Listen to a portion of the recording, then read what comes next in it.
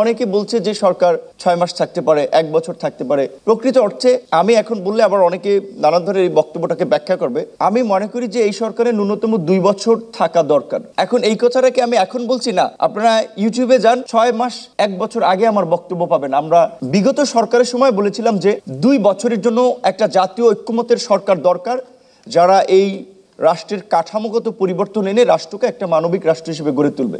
এখন যদি 1 বছর 6 মাসের মধ্যে একটা নির্বাচন হয়, আপনাদের কি মনে হয় বিদ্যমান ব্যবস্থার খুব বেশি পরিবর্তন হবে? এখন যারা সম্ভাব্য দল আছে ক্ষমতা আসার মতো, আমরা তো দেখেছি যে এই দলগুলো অতীতেও এই দলগুলোই ক্ষমতায় ছিল, তাদের কর্মকাণ্ড চরিত্র দেখেছি। রাতারাতি তো চরিত্রের বদল হবে না। সেই জায়গা থেকে এখন বর্তমান যে সরকার আছে, তারা আমাদের সকলের সমর্থিত সরকার। আজকের যে বিতর্কের এই জায়গাটাতে যে সুন্দর দুটি স্লোগান ছিল, যে যুক্তির আকাশে প্রতিবাদী সূর্য, তুমি সাইদ তুমি মুগ্ধ, দুজন আমাদের এই আন্দোলনের শহীদদের নামকে কানেক্ট করে একটা ছন্দ লেখা হয়েছে। তো এই শহীদদের যে স্পিরিট ছিল, একটা পরিবর্তনের বাংলাদেশ। এই আন্দোলনে কেন কৃষক শ্রমিক জীবন দিল?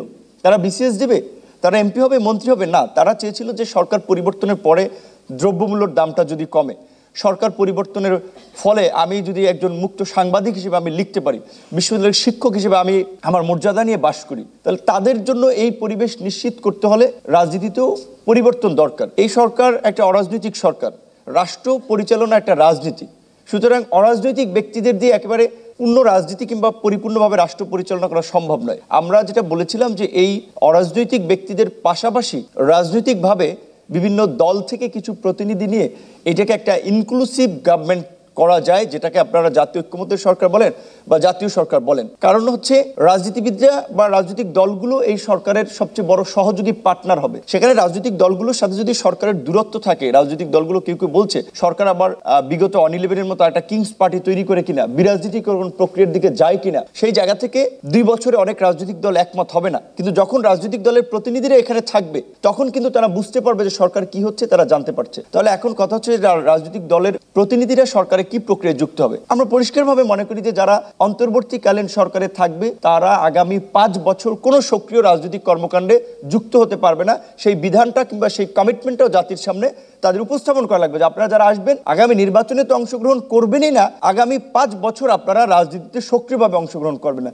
এই শর্তে রাজনৈতিক দল থেকে কিছু প্রতিনিধি নিয়ে গভর্নমেন্টের কাঠামোটা বৃদ্ধি করা যায়। অন্যথায় আমরা 2 বছর বললে 6 মাসও এই গভর্নমেন্ট চালানো খুব মুশকিল হয়ে যাবে। কারণ আপনারা লক্ষ্য করেছেন যে এই রকমের একটা জনসমর্থনের সরকার এখনই কিন্তু জনগণের সমর্থন হারাচ্ছে। দ্রব্যমূল্যের ঊর্ধ্বগতি আমরা দেখতে পাচ্ছি, দাম কমছে না।